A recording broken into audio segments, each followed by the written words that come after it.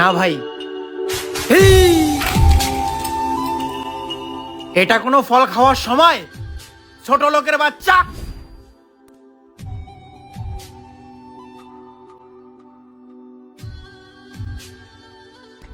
না, এটা তো কথা ছিল না। না না না না, এটা তো চাপ। আবার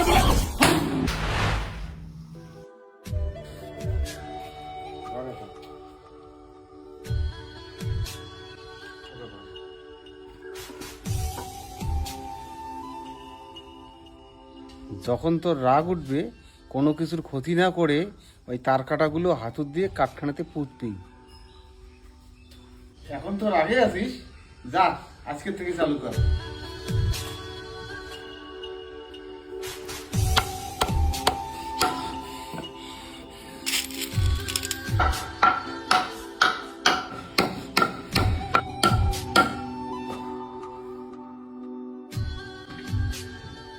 কোথায় গেলাম?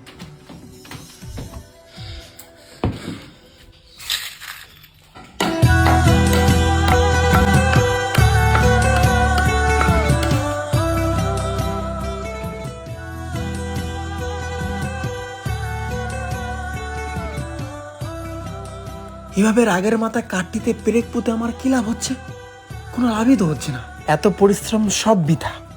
না, এবার পরিশ্রম না করেই নিজের রাগটা নিজের মধ্যেই কন্ট্রোল করে নেব। হ্যাঁ, কোনো রাগ করবো না আর।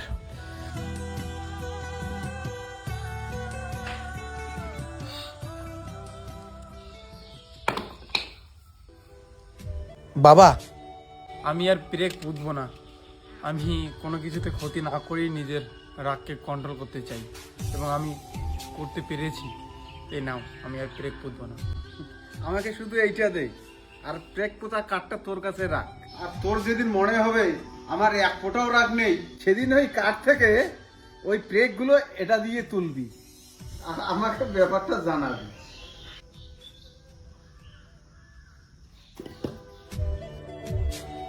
বাবার লজিক আমি কিছুতেই বুঝতে পারছি না। কি বোঝাতে চাচ্ছে বাবা? একবার পেরেক পুঁততে বলে, একবার তুলতে বলে। আমার তো আবার রাগ নেই বলা চলে। আমি তুলে নিচ্ছি পেরেকগুলো। চলো।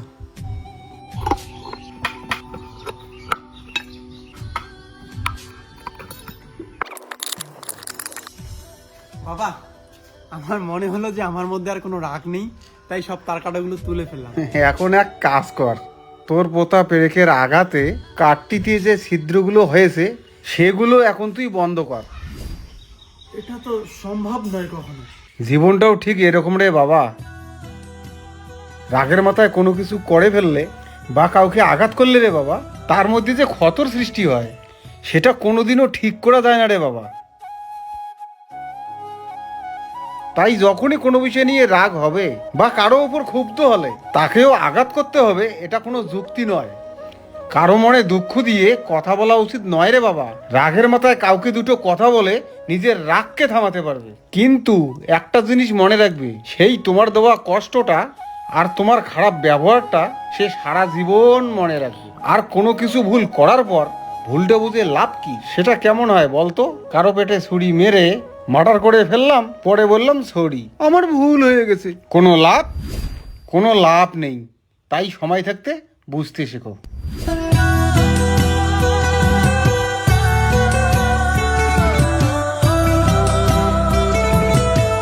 এই ঘটনার থেকে কি শিখতে পারবে? যখন বিশেষ মন খারাপ থাকবে, কারো উপর রাগ হবে, তখন নিজের প্রতি বিশ্বাস হারালে চলবে না, বা কাউকে আঘাত করে নিজেকে সুখ দিলেও চলবে না। নিজের ধৈর্য এবং বুদ্ধিকে কাজে লাগাতে হবে। Thank you.